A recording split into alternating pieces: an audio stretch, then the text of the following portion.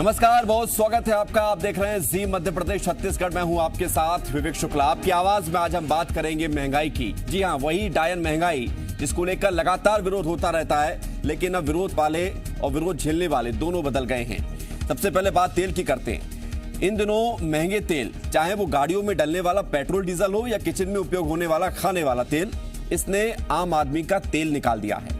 मध्य प्रदेश में पेट्रोल 100 के पार है और कई दिन ऐसा हो चुका है कि 100 के पार गए हुए, और छत्तीसगढ़ में भी अब धीरे धीरे 100 के करीब ये पेट्रोल पहुंच रहा है। कुल मिलाकर बढ़ती हुई महंगाई से हर कोई परेशान है। इधर कांग्रेस ने आज महंगाई डायन पर राष्ट्रव्यापी प्रदर्शन किया। मध्य प्रदेश और छत्तीसगढ़ में भी कई शहरों में अलग अलग अंदाज में कांग्रेस प्रदर्शन करती हुई नजर आई। क्या इस प्रदर्शन से जनता को कोई फर्क पड़ेगा, कुछ राहत मिलेगी, या फिर डायन महंगाई पर सियासी मंत्र फूके जाते रहेंगे? इसलिए आज हम ये पूछ रहे हैं कि कोरोना काल में महंगाई के वार पर कौन कितना जिम्मेदार है। चर्चा की शुरुआत करेंगे, लेकिन उससे पहले ये रिपोर्ट आप देखिए।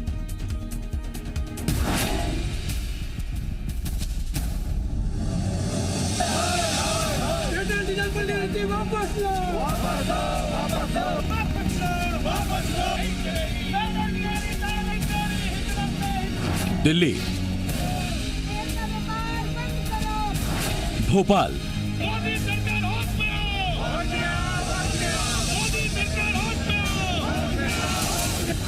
इंदौर,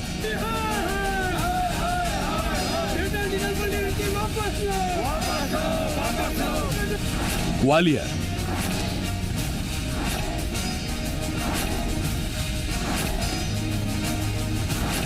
रायपुर,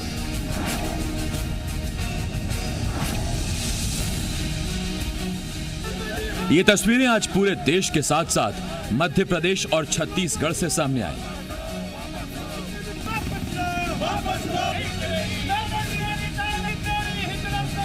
बेतहाशा बढ़ते पेट्रोल डीजल के दाम के साथ बढ़ती महंगाई पर आज कांग्रेस ने कई शहरों में प्रदर्शन किया।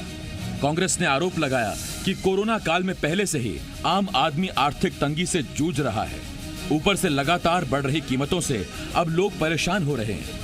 महंगाई डायन एक बार फिर लोगों को डरा रही है और केंद्र सरकार ना तो पेट्रोल डीजल पर टैक्स कम कर रही है और ना ही महंगाई से राहत दिला पा रही है। कांग्रेस पार्टी के आह्वान पर संपूर्ण मध्य प्रदेश में कांग्रेस पार्टी धरना दे रही है और कोविड नियमों का पालन करते हुए, सोशल डिस्टेंस का पालन करते हुए आज ग्वालियर महानगर में 49 पेट्रोल पंप हैं, उनमें सभी जगह कांग्रेस के कार्यकर्ता धरना दे रहे हैं। ये धरना आंदोलन बढ़ती हुई महंगाई, बढ़ते हुए पेट्रोलियम पदार्थों की जो कीमतें बढ़ रही हैं, उसके खिलाफ पूरे मध्य प्रदेश में जारी है। पेट्रोल डीजल के दाम के बढ़ोतरी के विरोध में प्रदेश और पूरे देश में पेट्रोल पंपों के सामने धरना प्रदर्शन हम लोग कर रहे हैं। पेट्रोल डीजल के दाम बढ़ने से यातायात महंगी हो जाती है, जिससे आम उपभोक्ता को परेशानी होती है। आम जनता को राहत पहुंचाने के लिए हम केंद्र सरकार से मांग करते हैं पेट्रोल डीजल के दाम कम करें। उधर बढ़ती महंगाई पर कांग्रेस के प्रदर्शन पर बीजेपी इसे राजनीति बता रही है। बीजेपी का कहना है कि कांग्रेस बेवजह की सियासत कर रही है। बीजेपी बढ़ती महंगाई का कारण अंतर्राष्ट्रीय बाजार और कोरोना को कारण बता रही है। से भीड़ तंत्र को इकट्ठा किया जा रहा है, ताकत बताई जा रही है, शक्ति प्रदर्शन किया जा रहा है। शायद मुझे लगता है कि कांग्रेस को तो लगता ही नहीं कि मध्य प्रदेश में और देश में कोई कोरोना का इतना भयावह संक्रमण आया है।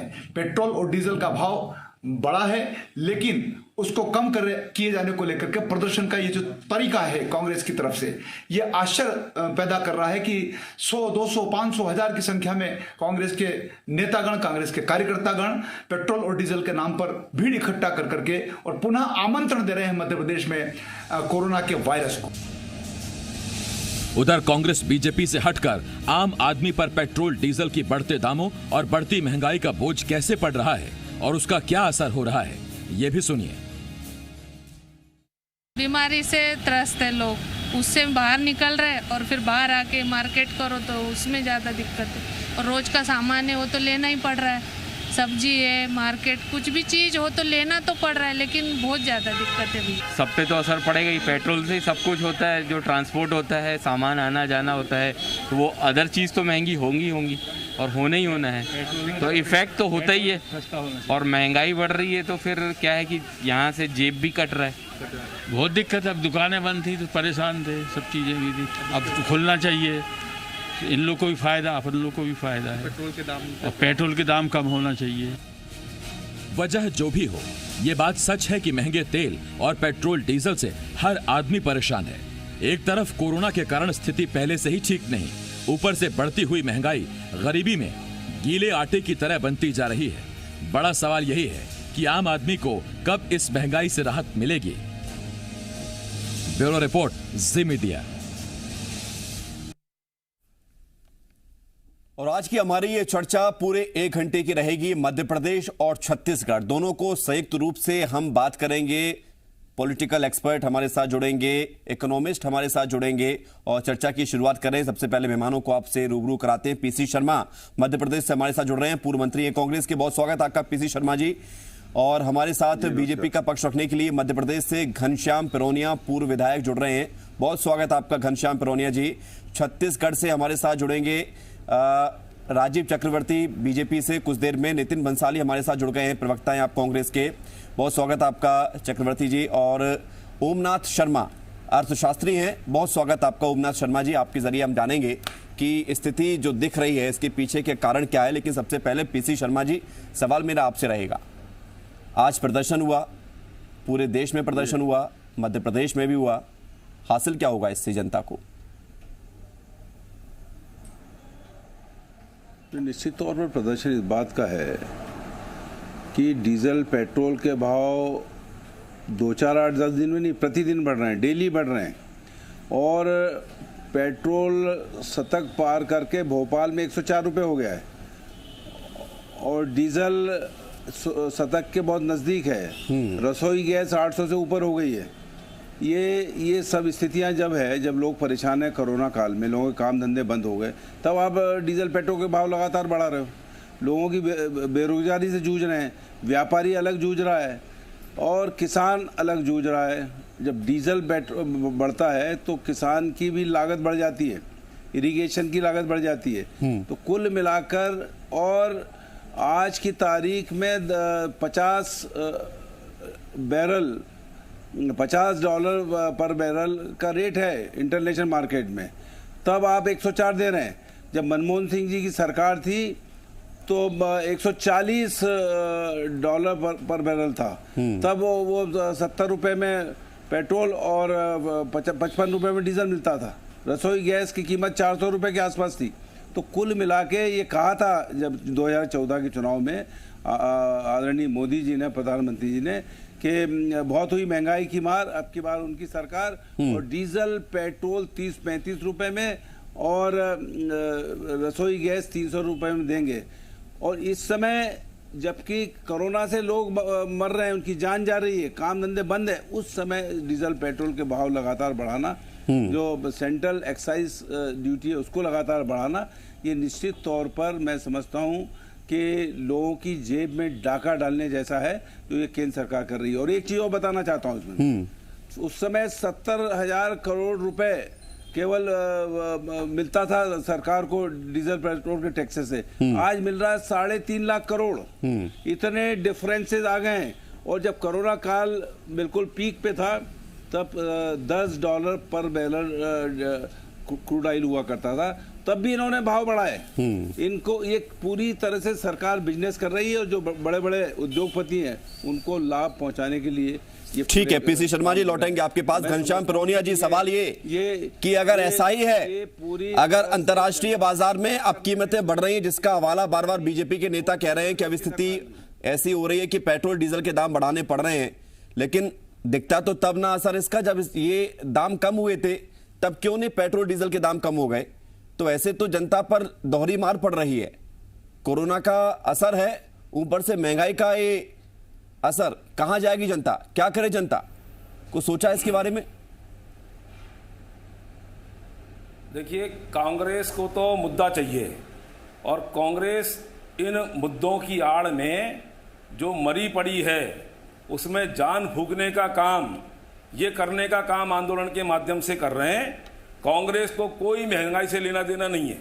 आप देखें, वर्षों तक कांग्रेस की सरकारें केंद्र में रही, प्रदेशों में रही, इनसे पूछना चाहिए कि इन्होंने कब कब महंगाई को रोकने का प्रयास किया।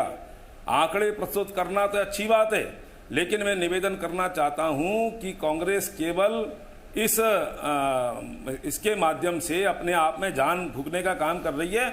अच्छा प्रयास है, करना चाहिए। आंदोलन के माध्यम से कांग्रेस खड़ी हो, विपक्ष की जो भूमिका है, वास्तव में विपक्ष की भूमिका वो निभाएं और कहीं ना कहीं जनता क्या करे? घनश्याम जी ये तो बताइए, कांग्रेस तो कर रही है। अगर भारतीय जनता पार्टी की सरकार, नरेंद्र मोदी की सरकार जनता के हित में काम कर रही है। मैं निवेदन करना चाहता हूं, गरीबी की बात तो ये कर रहे हैं, लेकिन माननीय नरेंद्र मोदी जी ने आप देखें गरीबों को निःशुल्क अनाज देने का काम, उनको सब प्रकार से सुविधा देने का काम। अरे कभी कांग्रेस के लोगों ने गरीबों की चिंता नहीं की। प्रधानमंत्री नरेंद्र मोदी ने गरीबों को आवास देने का काम। घनश्याम पुरोनिया जी, केंद्र सरकार की योजनाएं मत गिनाइए। आप ये बताइए, जनता को आप राहत देंगे या जनता ऐसे ही पिसे? नरेंद्र मोदी जी ने नहीं, बिल्कुल चिंता हो रही है, आप निश्चिंत रहें। ये कोरोना का वक्त है और कोरोना के वक्त में जनता को साफ गोई से निकाल करके लाना, उनको सब प्रकार का संबल देने का काम केंद्र की सरकार और मध्य प्रदेश की सरकार कर रही है। ये कांग्रेस के लोग केवल जो है नौटंकी करने का काम। ठीक है, ये नौटंकी है। नितिन भंसाली जी छत्तीसगढ़ से हमारे साथ जुड़ गए हैं। नितिन भंसाली जी, अगर ये नौटंकी है और कांग्रेस अगर नौटंकी कर रही है, तो फिर देश की जनता की भलाई कौन कर रहा है? क्या आप लोग अपनी राजनीतिक जमीन उसको तलाश रहे हैं?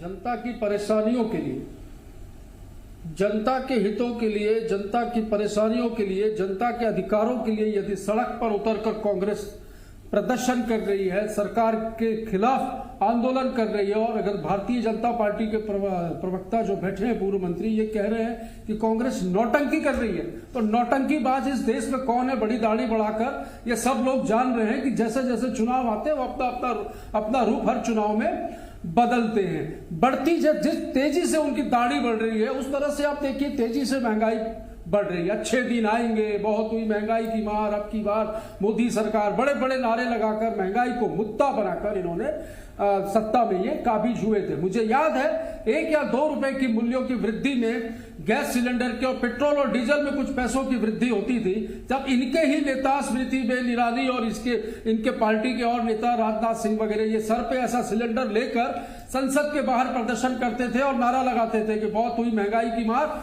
अब बर्खास्त करो सरकार, और महंगाई डायन है। महंगाई डायन है शब्द कहा था। आज महंगाई किस स्तर पर पहुंच चुकी? जो महंगाई डायन थी वो इनके राज में अप्सरा हो गई है। मैं आपको बता दूं, कोरोना काल में 2021 में 5 माह में ही 44 बार पेट्रोल और डीजल के रेट बढ़े हैं। और अभी हमारे भारतीय जनता पार्टी के मध्य प्रदेश के जो साथी अभी डिबेट में बैठे हैं, ये कह रहे थे कि कोरोना में हम कोरोना के उसमें लगे हैं, इस वक्त में कांग्रेस जो है वो सड़कों पे प्रदर्शन कर रही है, नौटंकी कर रही है। मैं निंदा करूंगा इन शब्दों की, घोर आपत्ति है मुझे इन शब्दों पर कि आम जनता के मुद्दों को लेकर विपक्ष क्या कुछ ना करे, हाथ पे हाथ धरकर बैठी रहे। इन्हें देखिए, आप परिवहन के डीजल और पेट्रोल के रेट बढ़ने की वजह से परिवहन निश्चित तौर पर महंगा हुआ है। परिवहन के महंगा होने से अनाज, दाल, सब्जियां, हर स्तर की गैस, हर वस्तुओं में, रोजमर्रा की हर वस्तुओं में महंगाई दुगुनी, कई वस्तुओं में तिगुनी हुई है। उसके बाद भी यदि ये कहते हैं कि हम अच्छा काम कर रहे हैं, अच्छे दिन आ गए, तो ये नितिन भंसाली जी, छत्तीसगढ़ में तो सरकार आपकी है, देख रही है, कुछ टैक्स कम करके राहत देंगे। हालांकि मध्य प्रदेश की तुलना में आपके यहाँ पेट्रोल डीजल के रेट कम है, लेकिन आपके यहाँ पेट्रोल डीजल तो समान रूप से हो गए हैं, ज्यादा अंतर नहीं है, 1-1.5 रुपए का अंतर है। तो कुछ राहत मिलेगी या नहीं मिलेगी, या सिर्फ ऐसे ही निशाना साधते रहेंगे, प्रदर्शन करते रहेंगे? नहीं, मैं इस मामले में बता दूं, छत्तीसगढ़ में चाहे तो वैट टैक्स कम कर सकते हैं। राजीव जी आऊंगा, आप इसे जवाब दूंगा। बीजेपी सरकार ने पेट्रोल 23 रुपए 87 पैसे और डीजल 23 रुपए 37 पैसे लीटर टैक्सों में बढ़ोतरी करके महंगा किया है। ये उत्पादन शुल्क में और इसमें कमी कर दे, करते राजीव चक्रवर्ती बैठे हैं यहाँ पर भारतीय जनता पार्टी की तरफ से, और मध्य प्रदेश से जो हमारे साथी बैठे हैं भाजपा के प्रवक्ता, वो ये घोषणा करते हैं कि वो इन उत्पादन शुल्कों में और भारी भरकम टैक्सों में, जिससे हजारों रुपए जनता का लूट कर ये अपना खजाना भर रहे हैं, क्या उसे ये कम करेंगे? आप जो उनसे उम्मीद कर रहे हो, आप कर दो ना घोषणा, हो सकता है आपको देखकर वो भी कर देंगे। आर्थिक बोझ डालना है, आर्थिक बोझ डालना। राजीव चक्रवर्ती जी, डायन महंगाई अब डार्लिंग बन गई है क्या? जो महंगाई अब नजर नहीं आती है? नहीं, देखिए, महंगाई जो डायन है वो राक्षसी बन जाती, लेकिन उस राक्षस को अगर किसी ने रोका है तो हमारी मोदी जी की सरकार ने रोका है। आप समझने की कोशिश करिए विवेक जी कि आज जो अंतर्राष्ट्रीय स्तर है, पेंडेमिक है, चारों तरफ से परिवहन बंद है, चाहे शिप नहीं आ रही या हवाई जहाज से परिवहन बंद है, और उसके ऊपर चीन क्रूड ऑयल की परिवहन कर रहा है, उसकी स्टॉकिंग कर रहा है, चाहे खाद्य तेलों की जो कच्चे खाद्य तेल है उसकी स्टॉकिंग कर रहा है चीन। उसके बावजूद भी राजनीतिक दृढ़ इच्छा शक्ति से लेकर उसके बाद हमारे खाद्य तेलों का संग्रह हो रहा है, किसानों को दाम दिया जा रहा है। इस प्रकार से कांग्रेस पार्टी भ्रम फैला रही है। महंगाई डायन राक्षसी बन जाती अगर मोदी जी नहीं होते।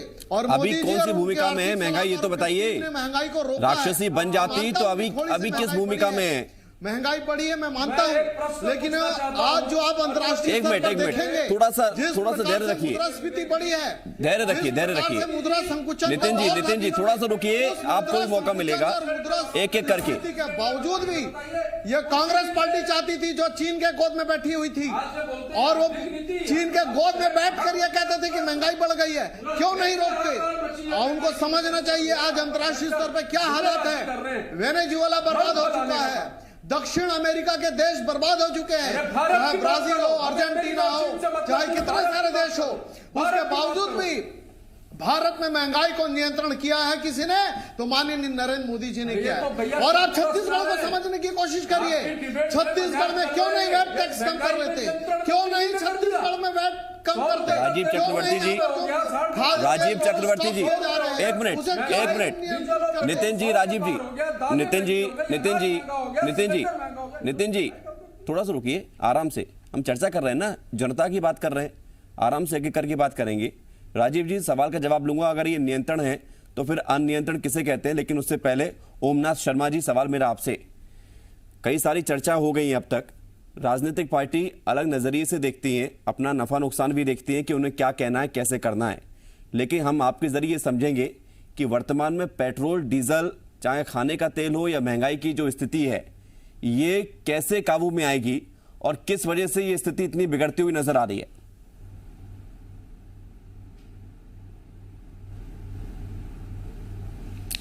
बिल्कुल विवेक जी, मैं ये बोलना चाहूँगा कि जैसे अभी मध्य प्रदेश और छत्तीसगढ़ दोनों में अलग अलग सरकारें हैं, लेकिन समस्या अगर अपन देखेंगे तो वो दोनों जगह पे सेम ही है कि पेट्रोल और डीजल के दाम दोनों राज्यों में लगभग बहुत ज़्यादा अंतर नहीं है।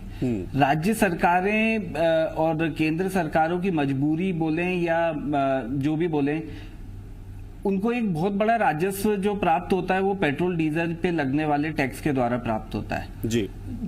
अब केंद्र सरकार लास्ट मंथ में उनका 1,40,000 करोड़ का जीएसटी कलेक्शन था, जो कम होकर के इस महीने 1,05,000 करोड़ का हुआ, जो 35,000 करोड़ की एक कमी थी केंद्र सरकार के पास में। उसी प्रकार राज्य सरकार की आमदनी भी लास्ट 12 महीने पिछले और ये 2 कठिन महीनों में कम रही, तो दोनों के पास ही गुंजाइशें कम है।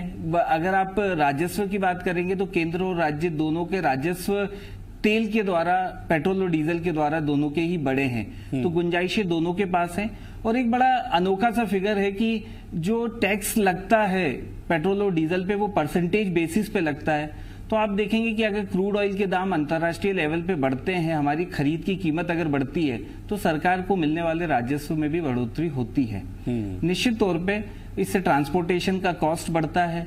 मजदूर जो पलायन करके गांव में आए, उन्हें वापस से अपने कार्य क्षेत्र में जाना है, तो बसों से जाते हैं, सफर महंगा पड़ता है, ट्रेन से जाएंगे सस्ता पड़ता है, लोकल ट्रांसपोर्ट लगभग बंद है। तो पेट्रोल और डीजल का बहुत ही गंभीर इम्पैक्ट है आमजन की लाइफ में। तो केंद्र और राज्य को मिलकर के इसका एक समाधान खोजना होगा। समाधान क्या है? के दायरे में कराएं या फिर अपने राजस्व से समझौता करें। अपने राजस्व से समझौता करना होगा। अगर वो अपनी एक्साइज ड्यूटी को भी कम करते हैं और वैट को कम करते हैं राज्य सरकार, तो भी राजस्व की उनको हानि एटलीस्ट पेट्रोल और डीजल से नहीं होगी। ठीक है, बने रहिए आप सभी हमारे साथ। पीसी शर्मा जी, ब्रेक के बाद आपसे सवाल करेंगे हम, और ये भी जानने की कोशिश करेंगे कि क्या सरकार की ये मजबूरी है इतने ज्यादा टैक्स लेना, इतना ज्यादा वैट लेना? क्या दूसरा कोई विकल्प ही नहीं है राजस्व बढ़ोतरी का या राजस्व इकट्ठा करने का? इस पर कभी सोचा ही नहीं गया। ये छोटा सा ब्रेक है, जल्द लौटते हैं। आपकी आवाज जारी है।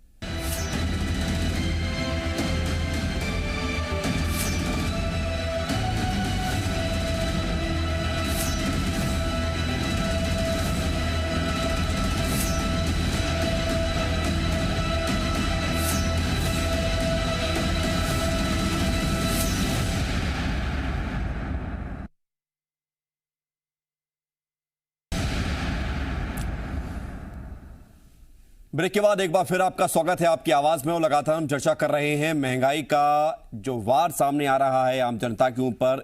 इस पर अब कांग्रेस ने प्रदर्शन किया, देशव्यापी, प्रदेश में भी देखने को मिला, मध्य प्रदेश और छत्तीसगढ़ में। लेकिन सवाल यह है कि इसके लिए जिम्मेदार कौन है? खास मेहमान लगातार हमारे साथ बने हुए हैं। और पीसी शर्मा जी, सवाल आपसे ये है, जिस तरह की दलील दी जा रही है कि कोरोना काल में स्थिति किसी से छुपी हुई नहीं है, आर्थिक तौर पर कमजोर हुए हैं, चाहे राज्य की बात हो या देश की बात हो, तब राजस्व बढ़ोतरी के लिए या कम से कम काम चल सके, इसके लिए रास्ता क्या बनता है? क्या करना चाहिए सरकार को? समाधान दीजिए। देखिए, घनश्याम जी कह रहे थे कि नौटंकी की है, तो मनमोहन सिंह जी की सरकार थी तो ये साइकिल पे चलते थे मुख्यमंत्री शिवराज जी, तो वो नौटंकी थी ना। और 2014 के पहले स्मृति ईरानी जी उसकी गैस की टंकी लेके घूमती थी, नौटंकी थी ना। क्योंकि इनने वादे किए थे उस समय कि हम बहुत हुई महंगाई की मार, अब की बार मोदी सरकार। अब हमारा नारा है कि बहुत हुई महंगाई की मार, अब नहीं चाहिए ये सरकार। तो कुल मिलाकर जैसा अभी हमारे साथी छत्तीसगढ़ से कहा कि पहले डायन थी, अब डार्लिंग हो गई इनके लिए। भाई ये कह रहे हैं कि बहुत काम किए, क्या किए? अरे मध्य प्रदेश में 1 लाख से ज़्यादा लोगों की जान चली गई है, हत्या हुई है उनकी, क्योंकि ऑक्सीजन मिली नहीं, रेमडेसिविर इंजेक्शन मिले नहीं, कोई व्यवस्था हुई नहीं, समय पे संभले नहीं, वैक्सीन दिए नहीं। तो ये सब फेल्योर सरकार का है। और इन्होंने वादे किए थे 2014 में कि हम 15 लाख भी देंगे लोगों को, 2 करोड़ लोगों को रोजगार भी देंगे, और 30-35 रुपये में डीजल पेट्रोल देंगे, और 300 रुपये में रसोई गैस देंगे। इनके बाबा जो थे उन्होंने भी कहा कि हम इस सब चीजें इस दरों पे देंगे। कौन से और बाबा? अभी जब वेस्ट बंगाल का चुनाव हुआ तो डीजल पेट्रोल कम कर दिए। डीजल पेट्रोल बाबा कौन? पीसी शर्मा जी, बाबा तो बताइए, नाम बताइए, कंफ्यूज बहुत हैं, बहुत सारे बाबा हैं। ये मोदी जी और रामदेव बाबा ये कहते थे कि मोदी जी की सरकार आएगी तो 30-35 रुपए में डीजल मिलेगा और 300 रुपए में मिलेगी रसोई गैस। पीसी शर्मा जी, आज खाने का तेल 160-70-80 पहुंच गया, पूरा नहीं कर पा रहे हैं, तो जनता ये भी देख रही है। एक मिनट बात सुनिए, मेरी बात सुनिए, जिम्मेदारी इनकी हुई ना। इन्होंने जो वादे किए थे उस वादा खिलाफी किए, और जब वेस्ट बंगाल के अंदर चुनाव हुआ तो डीजल पेट्रोल के भाव कम कर दिए इनने, क्योंकि वहां इनको राजनीति करना था। तो कुल मिला के दूसरी बात यह कि इंटरनेशनल क्रूड ऑयल का भाव जब कम हो रहा है तब तो दरें कम कर दो भाई, क्योंकि उसका डिफरेंस से आपको सरकार चलाने के लिए पैसा मिल जाएगा। इंटरनेशनल क्रूड ऑयल इस समय $140 पर बैरल था, आज 50 है, और उसके अलावा कोरोना काल में 10 हो गया था, फिर भी मध्य प्रदेश की सरकार ने उस पर टैक्स लगा दिया, कोरोना टैक्स। तो इस तरह के टैक्स लगा के आप लोगों की जान ले रहे हो, एक तरफ कोरोना से जान ले रहे हो, दूसरी तरफ महंगाई से जान ले रहे हो, तो आदमी जिएगा कैसे? लॉकडाउन लगा दिया तो शर्मा जी, बंद हो गए। ये सारी बातें ठीक है, जो लोग अब ये तो बता दीजिए जो मैंने आपसे सवाल पूछा था कि समाधान क्या है? तो जिम्मेदारी सरकार की हुई। अगर सरकारों की, चाहे वो राज्य सरकार हो या केंद्र की सरकार हो, पीसी शर्मा जी, राजस्व का यदि यही तरीका बसता है तो क्या करे फिर? ये एकमात्र रास्ता बसता है या कुछ समाधान है तो वो बताइए ना। तो ये फेल हुए ना, ये इंडस्ट्री से चला नहीं पाए, ये कोरोना को कंट्रोल कर नहीं पाए। ये प्रेसिडेंट ट्रंप का स्वागत कर रहे थे फरवरी में, राहुल गांधी जी ने कहा था कि भाई ये फरवरी में कह दिया था कि ये कोरोना आ रहा है, इससे बचत के वो कहते हैं कि आप आईफा की तैयारी में लगे हुए थे, तब प्रेसिडेंट ट्रंप का स्वागत हो रहा था।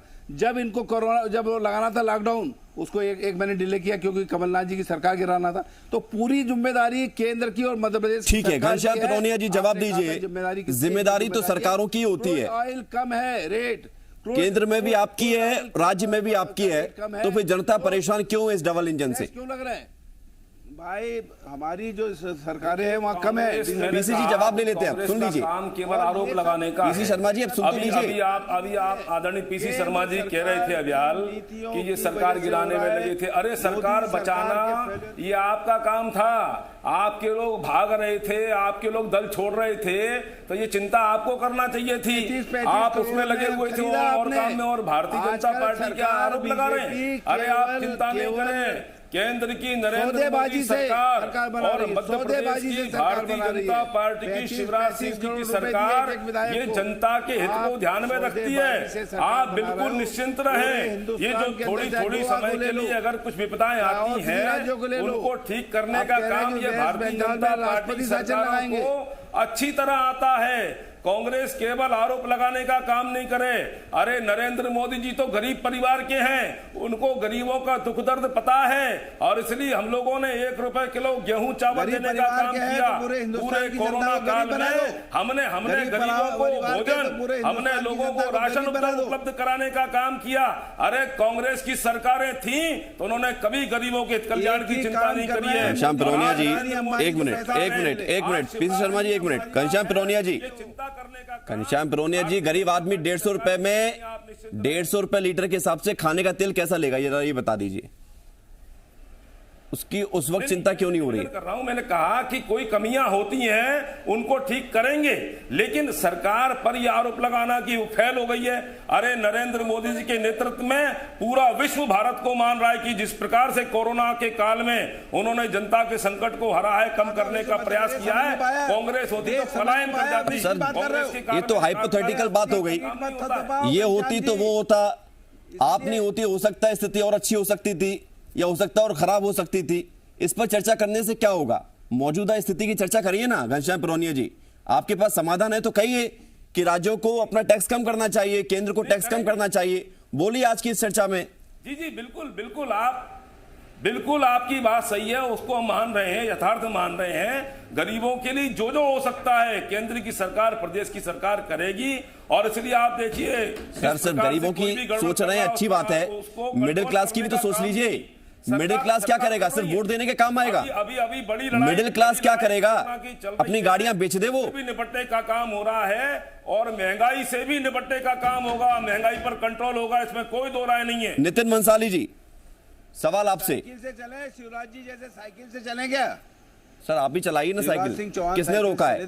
आप उनके प्रदर्शन की दलील देते हैं। आपको किसने रोका है कि सिलेंडर सिर पर उठाकर मत करिए प्रदर्शन? आपको किसने रोका है कि प्याज की माला मत पहनिए? आपको किसने रोका है कि चूड़ियां लेकर मत जाइए? साइकिल चलाई तो 10-10 केस लगा दिए हम भी जब विपक्ष में थे, हम भी इन मुद्दों पर लड़ाई लड़ते थे। ठीक है, हमने भी, भारतीय जनता पार्टी ने भी वर्षों तक विपक्ष में रहकर के जनता। घनश्याम पिरोनिया जी, जो बात आप विपक्ष में रहकर कहते थे वो सत्ता पक्ष में आके क्यों भूल जाते हैं? वो बातें सत्ता पक्ष में क्यों नहीं पसंद आती हैं? वही महंगाई डायन होती है, सत्ता पक्ष में आकर डार्लिंग बन जाती है। कर रहे हैं।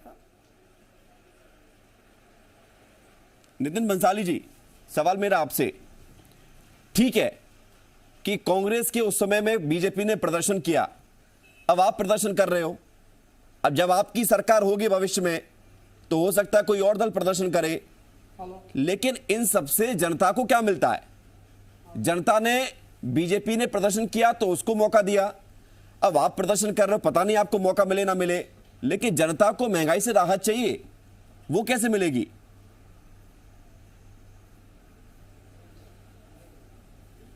नितिन भंसाली जी, आवाज आ रही है आपको? जनता को राहत कैसे देंगे, आपसे पूछ रहे। नितिन भंसाली जी, शायद संपर्क टूटा है आपसे, दोबारा हम कांटेक्ट करते हैं। लेकिन राजीव चक्रवर्ती जी, ये प्रदर्शन को लेकर, जो प्रदर्शन आप किया करते थे विपक्ष में रहकर, आज आप वो देख रहे हैं तो आपको ये महसूस नहीं होता है कि जनता की समस्या क्या है, उसको कैसे दूर करेंगे? या हम सत्ता में आ जाते सब चीज भूल जाते? देखिए,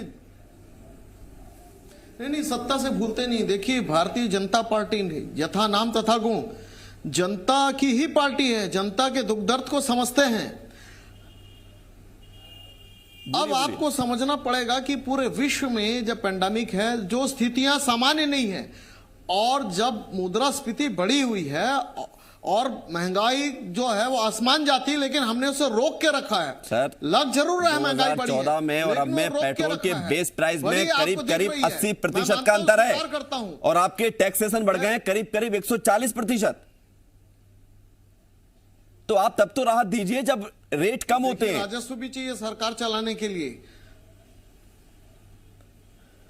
देखिए, इतने सारे जो ऑक्सीजन प्लांट की आवश्यकता है, हमको एक महामारी से लड़ रहे हैं, एक महायुद्ध से लड़ रहे हैं, उसको आपको समझना पड़ेगा विवेक जी। हम जब एक महामारी से लड़ रहे हैं, एक महायुद्ध से लड़ रहे हैं, तो स्थितियां सामान्य नहीं है, स्थितियां विपरीत है। चाहे विश्व की स्थिति हो, देश की स्थिति हो, सारी स्थितियां विपरीत चल रही है। उसके बावजूद भी देश का मुखिया पूरे देश को साथ में लेकर जा रहा है, चीन मुंह बाया खड़ा है, जो हमारे पीछे प्रहार कर रहा है।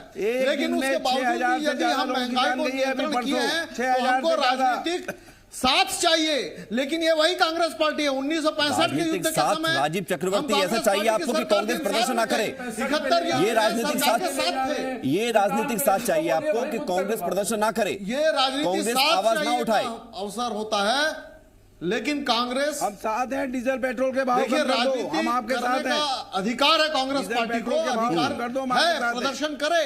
लेकिन आज स्थिति क्या है? देश काल और वातावरण यह चीख चीख के कह रहा है कि आप राजनीति बाद में छोड़ दीजिए, पहले देश के साथ आइए। आज देख रहे हैं कि विश्व की समस्या है, महामारी से देश लड़ रहा है, पूरा विश्व से परेशान है। उसके समय चाहिए था कि देश के साथ कंधे से कंधे मिलाकर हम महंगाई को हराएं, हम विश्व की लड़ाई को अपने साथ लेकर लड़े। आप दूसरे देशों में देख लीजिए। एक मिनट, लेकिन हमारे राजीव जी, महंगाई कम करने के लिए आपको कांग्रेस के कंधे की जरूरत नहीं है। आप सक्षम हैं, आपकी सरकारें हैं, आपको किसी के साथ की जरूरत नहीं है। नितिन बंसाली जी, विवेक जी, मैं बता दूं। एक मिनट राजीव जी, अब थोड़ा सा धैर्य रखिए, आऊंगा मैं आपके पास, इंतजार करिए। नितिन बंसाली जी, क्या इस देश का दुर्भाग्य है कि जनता ये सोचे कि जब कांग्रेस आए तो कांग्रेस महंगाई बढ़ाए, जब बीजेपी आए, एनडीए आए तो वो महंगाई बढ़ाए? उसके बस में कुछ नहीं है, केवल वोट देना और भूल जाना है 5 साल, बस इंतजार करना है कि अब क्या स्थिति बनेगी, उसके बाद फिर सोचा जाए। बिल्कुल ऐसा नहीं है। कांग्रेस के समय की आप पूरी रेड लिस्ट उठा लीजिए, आप कहेंगे तो नेक्स्ट टाइम डिबेट में मैं पूरा चार्ट लेके आऊंगा। आप अभी के और उस समय के दरों में सारी वस्तुओं के दरों की तुलना कर लीजिएगा, ये नहीं मानेंगे। अभी आपने महंगाई के बारे में कहा 26% महंगाई लगा क्या मुद्रास्फीति थी? 56 इंच का सीना है, एक सिर कटेगा 10 सिर लेके आऊंगा। काम की बात कीजिए ना आप लोग, ये सब चुनावी वादे और है ना, ये क्यों नारेबाजी करने लगते हैं? इनसे क्या होने वाला है? एक मिनट राजीव जी, शांत रहिए। राजीव जी, आपको मौका मिला था, जिसका ऑपरेशन जो है आम जनता करेगी 2024 में।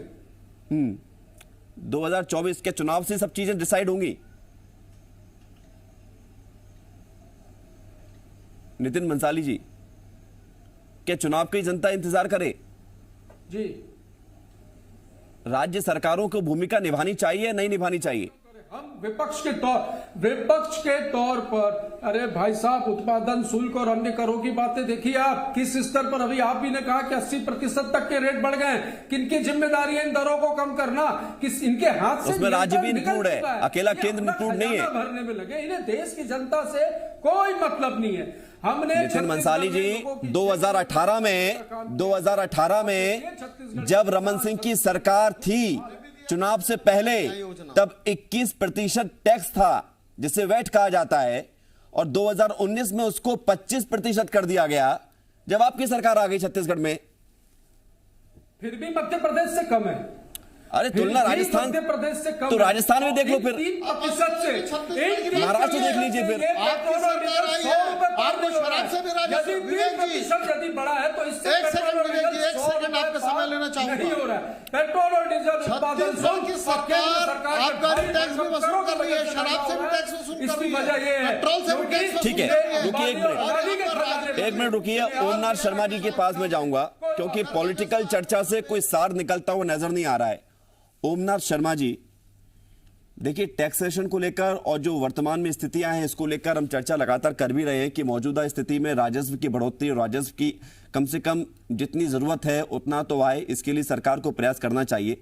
लेकिन क्या हम सिर्फ आबकारी और पेट्रोलियम पदार्थों पर ही निर्भर रहेंगे राजस्व के लिए और इसलिए इनको जीएसटी में भी शामिल नहीं किया गया? बातें कई सारी होती हैं इसको लेकर। क्या और दूसरा विकल्प टैक्सेशन को लेकर, राजस्व को लेकर सरकार को नहीं सोचना चाहिए और क्यों नहीं इस पर विचार होता है?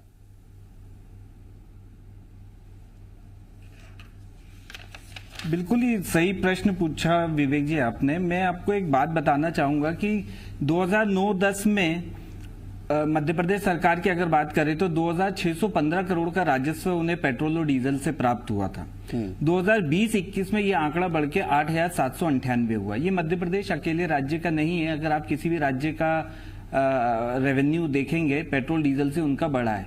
केंद्र सरकार का बजटेड एस्टीमेट था 3,28,000 करोड़ का उन्हें राजस्व पेट्रोल डीजल से मिलना था, जो आज की डेट में 4,35,000 करोड़ के करीब है। कहने का तात्पर्य यह है कि राजस्व का कोई नुकसान राज्य सरकार को नहीं हो रहा। जैसे मैंने पहले भी कहा था कि अंतर्राष्ट्रीय कीमतें बढ़ने के कारण राज्य और केंद्र दोनों परसेंटेज बेसिस पे टैक्स लगाते हैं, तो उनके रेवेन्यू का कोई भी लॉस नहीं हो रहा। अब हमें इसके कास्केडिंग इफेक्ट को देखना पड़ेगा। जैसे आपने बोला कि इसको जीएसटी के दायरे में क्यों नहीं ला रहे, इंडस्ट्री की बहुत पहले से ये डिमांड है कि पेट्रोल और डीजल दोनों को जीएसटी के दायरे में लाएं, जिसमें वन टाइम का 1 लाख करोड़ का देश को एक समय के लिए हानि होगी, जो आने वाले समय में वो पैसा कवर भी हो जाएगा। इंडस्ट्री की एक पुरानी डिमांड है। बट क्योंकि राज्य सरकारें वैट और डीजल, पेट्रोल और डीजल पे जो वैट का अधिकार है वो नहीं खोना चाहती, इसलिए कभी केंद्र और राज्य के बीच में उस विषय में सामंजस्य नहीं बनता। लेकिन पेट्रोल और डीजल के कारण हमें जो दूसरी चीजों का नुकसान होता है, किसानों को महंगा डीजल मिलता है, माल भाड़ा हमारा बढ़ जाता है। आज की डेट में जो सबसे बड़ी समस्या है कि पब्लिक ट्रांसपोर्ट लगभग बंद है। ऐसे समय में मध्यम वर्ग के लोगों को अपनी खुद की गाड़ी से या फिर जो एक असंगठित मजदूर वर्ग है उसे दूसरे साधनों से दूसरी जगह पहुंचना रहता है, वो बहुत ही कॉस्टली हो गया।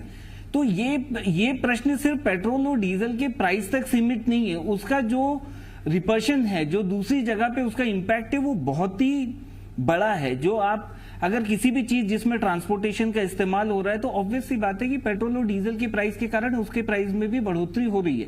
तो केंद्र सरकार, राज्य सरकार दोनों को अपने राजस्व, मैं अभी भी कह रहा हूं केंद्र और राज्य दोनों को राजस्व का कोई भी नुकसान नहीं है, लेकिन उन्हें एक कठोर निर्णय लेते हुए राष्ट्रीय हित में, देश हित में, राज्य हित में उन्हें यह निर्णय लेना ही होगा। और अन्य सोर्स अगर वो प्रशासनिक मजबूती दिखाते हैं तो निश्चित तौर पे ही जिस प्रकार से जीएसटी कलेक्शन शुरुआत से लेकर 1,40,000 करोड़ तक गया देश में, ऑब्वियस सी बात है अगर जो पैरेलल इकोनॉमी इंडिया में चलती है उसको अगर हम पैरेलल इकोनॉमी को रियल इकोनॉमी में अगर कन्वर्ट करेंगे तो राज्य की रेवेन्यू निश्चित तौर पे ही बढ़ेगी और केंद्र की भी निश्चित तौर पे बढ़ेगी। ठीक। घनश्याम पिरोनिया जी, पेट्रोल और डीजल के रेट में पहले करीब 15 से 20 रुपए का डिफरेंस होता था, आपको भी ये बात पता होगी, और अब वो डिफरेंस कम होते होते 5 से 7 रुपए तक पहुंच गया है। अब BMW वाला डीजल डलवाए या एक किसान अपने ट्रैक्टर में डीजल डलवाए, डीजल को तो नहीं पता कि वो किसके वाहन में जा रहा है, लेकिन सरकार की जेब में एक जैसे दोनों से पैसा आ रहा है। तो ये डिफरेंस, आवाज आ रही है आपको घनश्याम पिरोनिया जी? शायद संपर्क टूटा है, लेकिन सवाल मेरा ये है कि पेट्रोल डीजल के बीच में जो डिफरेंस था 15 से 20 रुपए का, वो डिफरेंस खत्म हो गया। अब वो 5 से 7 रुपए का, ज्यादा से ज्यादा 8 रुपए का ये डिफरेंस रह गया है। तो ये डिफरेंस कहां असर करता है?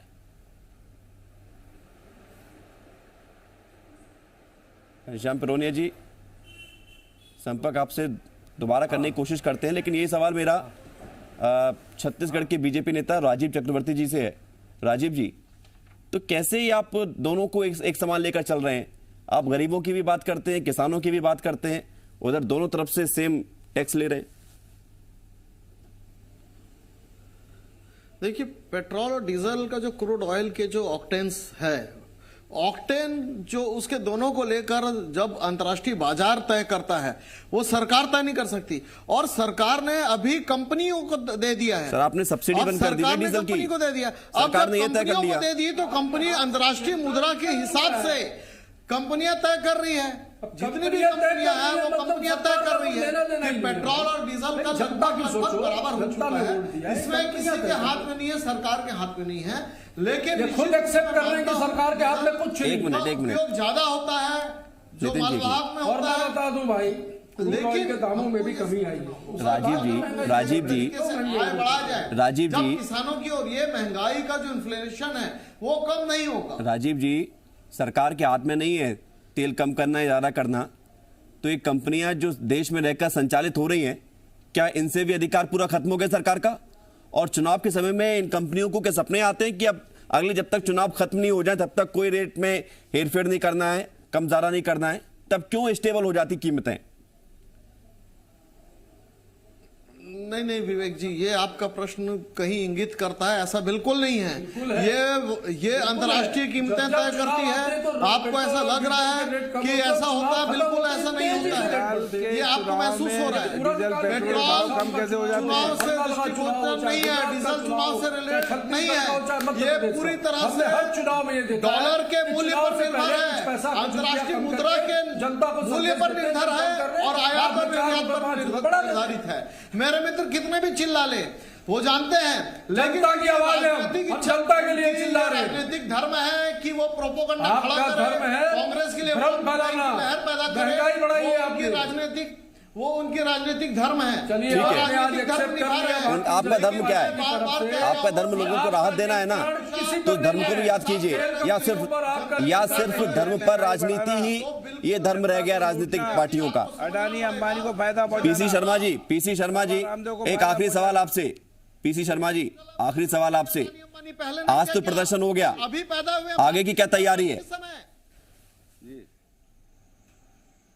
ये लगातार विरोध करते रहेंगे हम। राजीव जी, आपसे सवाल नहीं किया मैंने, पीसी शर्मा जी से किया। बार आ रही है, एक चीज जो बार बार आ रही है वो ये आ रही है कि इंटरनेशनल क्रूड ऑयल के रेट से ये इसको वो किया जाता है, पर इंटरनेशनल क्रूड ऑयल तो कम है आज की तारीख में। बीच में मैंने बताया कि $10 बैरल था, तब भी बढ़ाते गए। जब आज 50 है तब भी बढ़ाते गए, और मनमोहन जी के जमाने में 140 था, लेकिन तब इतना नहीं बढ़ता था। तो कुल मिला के ये सरकार कंट्रोल कर रही है, मोदी सरकार। जीएसटी के दायरे में इसको लाना चाहिए, और जब तक जीएसटी के दायरे में नहीं लाएंगे, कांग्रेस लगातार प्रदर्शन करती रहेगी। कांग्रेस शासित प्रदेशों के वित्त मंत्री जब जाएं जीएसटी काउंसिल की बैठक में, तो ये बात रखे ना, टीवी डिबेट में रखने से कुछ नहीं होता है। समय समाप्त हो गया, बहुत शुक्रिया आपका, आप सभी का हमारे साथ जुड़ने के लिए, आपकी आवाज में शामिल होने के लिए। तो समस्या यही है कि विपक्ष में आते ही नजरिया बदल जाता है और जनता के हित ज्यादा नजर आते हैं, और उन हितों के सहारे राजनीति भी होती है। लेकिन जब सत्ता पक्ष में रहते हैं, सरकार अपने हाथ में होती है, जनता के लिए क्या करना है ये सब हमारे हाथ में होता है, तब शायद अनदेखी की जाती है और फिर खजाना भरने की सोची जाती है। लेकिन इन सबके बीच जनता का ख्याल रखना जरूरी है, ये किसी को नहीं भूलना चाहिए। छोटा सा ब्रेक है, आपकी आवाज में इतना ही।